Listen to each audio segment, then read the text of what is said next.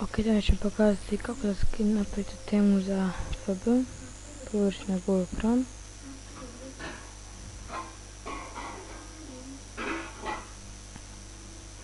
Zatim idete na facebook.com i na još jednu stranicu, to jeste userstyles.org.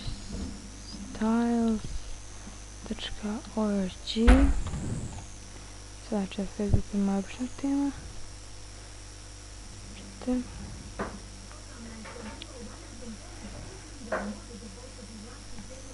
Ok, sada smo ušli na userstyles.org. Sačekat ćemo da se otvori.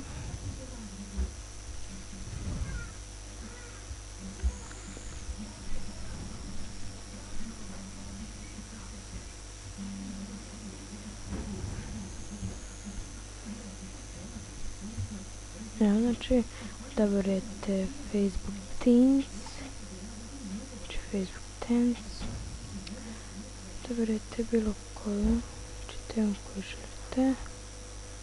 Evo, ja ću odabrati bez ovu, recimo. Sada, ako imate instališ, ćete ulećete pojaviti na kompu i ćete install stylish. Kada instalirate, znači vidite install with stylish. Onda u redu i dalje da rad to radi.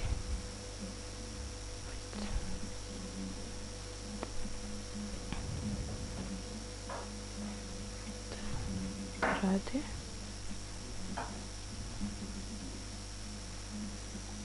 Što je to? Ako želite zaključiti ovu temu, znači idete na styles, vidite nekoliko tema i to sve teme. Isključujem dugme. Znači, disable na enable. Ok, to je to. Hajde.